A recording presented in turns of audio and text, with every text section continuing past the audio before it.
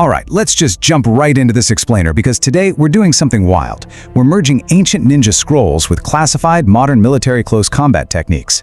Basically, we're looking at the ultimate blueprint for completely shutting down the human machine. You know, for centuries, martial arts myths have whispered about this legendary death touch.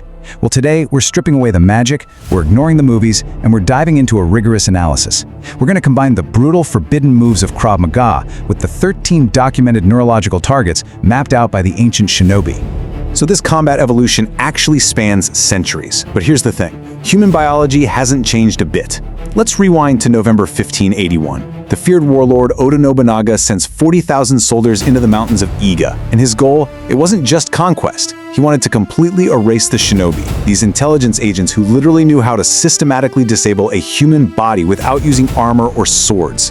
Luckily, much of that knowledge survived in the 1676 Bansen Shukai doctrine. Then you fast forward to the 1940s through the 2010s, and suddenly we see elite Israeli commandos developing Krav Maga techniques for extreme real-world survival. The eras are vastly different, right? But the goal of instantly shutting down the human nervous system connects them perfectly. To really understand how these two worlds collide, we're going to construct a top-to-bottom anatomical map today. We'll be hitting 5 distinct zones. First up, the command cable in the neck. Second, the rotational force applied to the head. Third, the hidden switches of the torso. Fourth, surgical precision on the limbs. And finally, the absolute forbidden target, the occiput. We're tracking exactly how modern classified Krav Maga strikes flawlessly mirror the 13 neurological targets of the shinobi. Okay, let's start with our first cluster, Section 1, the neck, which essentially acts as the body's ultimate biological command cable. The shinobi identified what they simply called vital points, but modern neurology tells us exactly what they were hitting, specifically the carotid sinus and the vagus nerve line. If you've ever felt your own pulse on your neck, you know exactly where this is. But these aren't just sensitive spots, they're actually neurological pressure sensors. The shinobi figured out that a sharp impact right here literally tricks the brain into thinking your blood pressure is spiked to a dangerously high level. So, what does the brain do? Its automatic response is to drastically drop your blood pressure and slow your heart down, which causes an instant loss of consciousness, all without a single blow to the actual skull. It's crazy. And this biological fact brilliantly illustrates why 1950s Israeli paratroopers developed the absolutely devastating throat crush strike. By using an open palm thrust straight to the windpipe, these military operatives were exploiting the exact same vulnerable command cable that was mapped out centuries prior. It collapses the airway with just massive force. I mean, this is precisely why a move like this is strictly banned in civilian dojos today. It is 100% engineered for lethal force. In fact, in a declassified 1967 operation, this exact strike was used to instantly silence a sentry. So, the biology hasn't changed, just the uniform of the person exploiting it. Alright, moving down to our second anatomical zone. Section 2 focuses on the head, and specifically the brutal physics of rotational force on the human skull. In the ancient art of koshijutsu, which is basically the practice of attacking muscle and nerve, the shinobi targeted a very specific point they poetically called kusumi. But, you know, when we map this out with modern neurology, the poetry completely vanishes. Just imagine how incredibly thin the bone is right near your temple, while kusumi is the exact spot where the skull is at its absolute thinnest, and it sits directly over the middle meningeal artery. So the really crucial point here is how modern special forces utilize this exact same vulnerability. Enter the Krav Maga Temple Strike Blitz. This isn't just about raw, blunt force. It's about a flurry of rapid palm strikes designed to violently whip the skull back and forth. The jaw and the head essentially act as biomechanical levers. When you're struck with the splits, your brain suddenly rotates inside the skull, and that instantly flips off the brain's consciousness switch. A declassified file from 1995 actually notes a commando using this exact rapid rotation technique to neutralize a garb completely silently. And staying right here in the head cluster, we encounter something even more devastating, the eye gouge barrage. This was designed by Krav Maga founder Imi Lichtenfeld specifically for brutal life-or-death street fights. It utilizes rapid finger jabs that basically act like daggers. It is explicitly engineered to shatter orbital bones and cause permanent blindness. The psychological terror of this move is just immense, which is exactly why it's completely banned from all civilian training. It is pretty much the purest example of bypassing a target's armor to directly attack the undefended nervous system.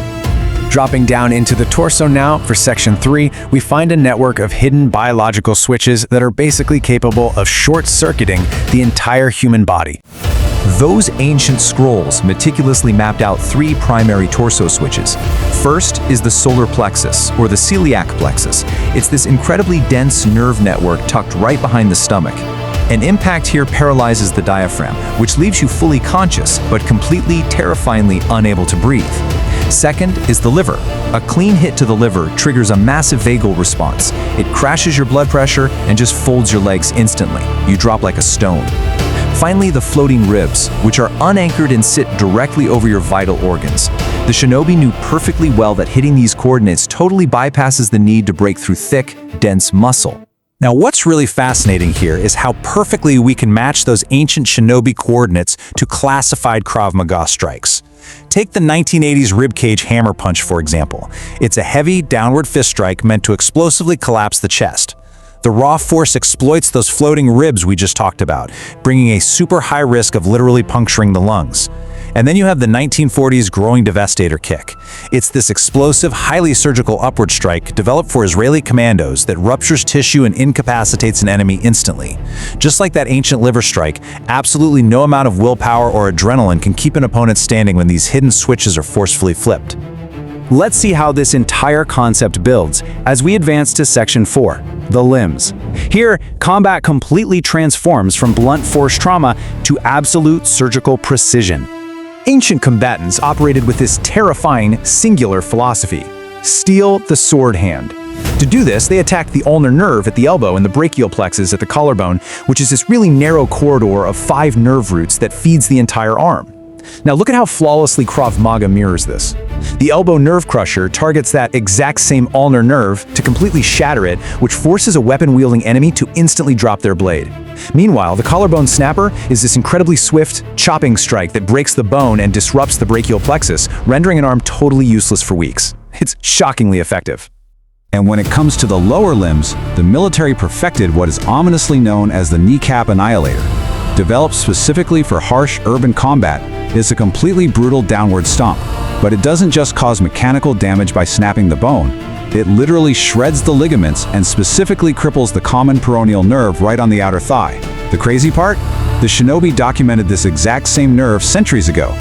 Once it's severed or even heavily traumatized, the leg simply stops bearing weight, period. A 1980s mission actually saw an operative use this exact stomp to disable an armed insurgent instantly. It is a literal, guaranteed fight ender.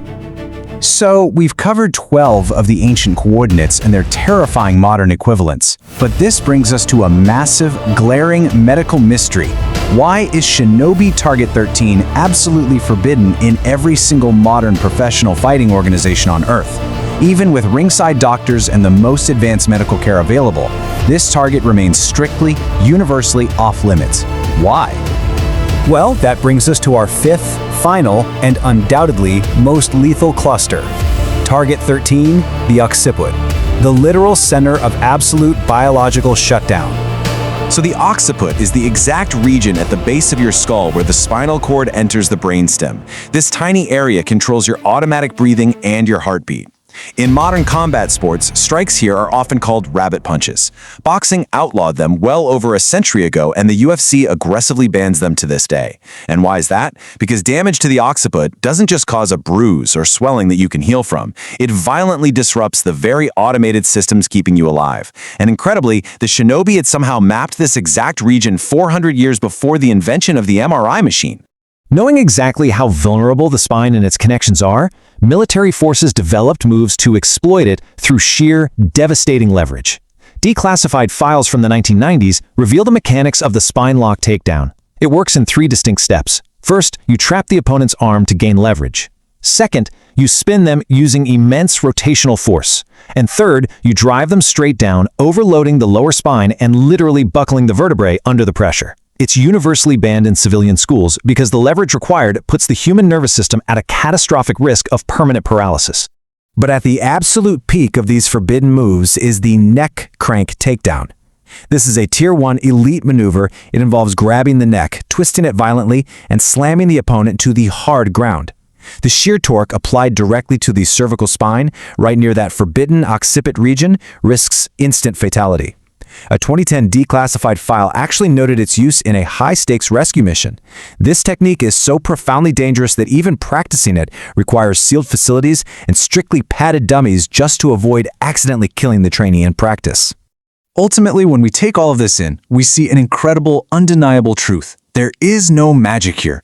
The legendary death touch is just a myth. What the Shinobi actually possessed, and what modern Krav Maga military developers ultimately rediscovered, was simply generations of clinical, brutal science. Through centuries of battlefield trial and error, they mapped exactly how and where the human machine breaks. It's just physics, leverage, and the incredibly fragile human nervous system. So I'll leave you with this thought to ponder. If human biology hasn't changed at all in the last 400 years, what currently classified physical secrets will future generations uncover next?